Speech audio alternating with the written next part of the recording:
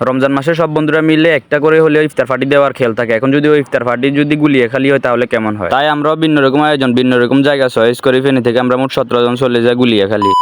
দুপুর বাজে একটা, আমরা প্রথমে সবাই একত্রিত হই ফেনী টাং রোড। এরপরে আমরা ফেনী বড় মসজিদ থেকে জোরে নামাজ শেষ করে বের হয়ে এবারে সবাই একসাথে দাঁড়িয়ে কথোপকথন চলতেছে আমাদের মধ্যে টাকা পয়সা এবং কি সবকিছু কেমনে কেনাকাটা করবো ওই বিষয়ে। সব প্ল্যান শেষ করে এবার আমরা সবার থেকে টাকা পয়সা তুলে নিলাম। এরপরে আমরা ফেনী নবী হোটেলে চলে আসলাম। এখান থেকে আমাদের যাবতীয় যা কিছু লাগে সবকিছু নিয়ে নিলাম। এখান থেকে আমরা আরো কিছু জিনিস নিয়েছিলাম যেগুলোর কথা একটু পরে বলবো। তো এখান থেকে আমরা অন্য একটি জায়গায় চলে আসি। এখান থেকে আমরা খেজুর নিয়ে নিলাম। তারপরে আমরা দধি নিয়ে নিলাম 17 জনের জন্য। এখানে টক দধি, মিষ্টি দধি সবকিছুই পাওয়া যায়। আমরা নিয়ে নিছিলাম মিষ্টি দধি। আরো কিছু জিনিস যেগুলো আমাদের মাছলি লাগে, প্লাস্টিক, প্লেট, গ্লাস, ওইগুলো নিয়ে নিলাম। এরপর আর 10 লিটারের মতো সাদা পানি নিয়ে নিলাম। সাথে সবার জন্য একটা একটা করে ঠান্ডাও নিলাম। নবী হোটেলের যার একটা কথা বলছিলাম, কথা হচ্ছে আমরা এমনি টুকিটাকি সব বাজার করে পরে আবার আমরা 15টা তেহেরির 2টা মোরগ পোলাও নিয়েছিলাম। সব বাজার শেষ করে আমরা সবাই বড় মসজিদের সামনে চলে আসি। ওইখানে আমাদের জন্য গাড়ি আসি দাঁড়ায় রয়েছে। এরপরে এক এক করে সবগুলো জিনিস গাড়িতে তুলে দেওয়া হয়েছে। প্রায় 8টার দিকে আমাদের গাড়ি ফেনী থেকে সীতাকুণ্ড গুলিয়াখালী উদ্দেশ্যে রওনা দিয়েছে। সামনে জায়গা যেটা দেখতেছেন এটা অবশ্যই আমাদের ফেনীর মানুষেরা চিনবেন, যদি চিনে থাকেন কমেন্ট বক্সে বলে যাবেন। আর গাড়ির বিষয় হচ্ছে আমরা পোলাপান ছিলাম প্রায় 16 থেকে 17 জন, তাই আমরা হাইস নিয়ে চলে গেছিলাম। আর আপনারা যদি যেতে চান তাহলে আপনারা লোকালে যেতে পারেন। আপনারা বাংলাদেশের যে কোনো প্রান্ত থেকে সর্বপ্রথম চলে আসতে হবে সীতাকুণ্ড। ওইখান থেকে এবার আপনারা সিএনজি নিয়ে চলে যাবেন সোজা গুলিয়াখালী সি বিচ। আমরা 1.5 ঘন্টার মধ্যে গুলিয়াখালী চলে আসি। সবাই গাড়ি থেকে নেমে যাবতীয় যা কিছু আছে সবকিছু নামিয়ে নিই। এর মাঝখানে আসরে আবার সময় হয়ে যায়, তা আমরা সবাই আসরের নামাজটা আদায় করে নিই। আসরের নামাজ আদায় করে নেওয়ার জন্য এখান থেকে আমরা সবাই আগে উজু করে নিই, তারপরে যাই পাশে মসজিদ আছে ওইখান থেকে আমরা নামাজ আদায় করে নিই। একসময় যখন আমরা গুলিয়াখালী আসতাম তখন এখানে ভালো করে হাত মুখ দেওয়ার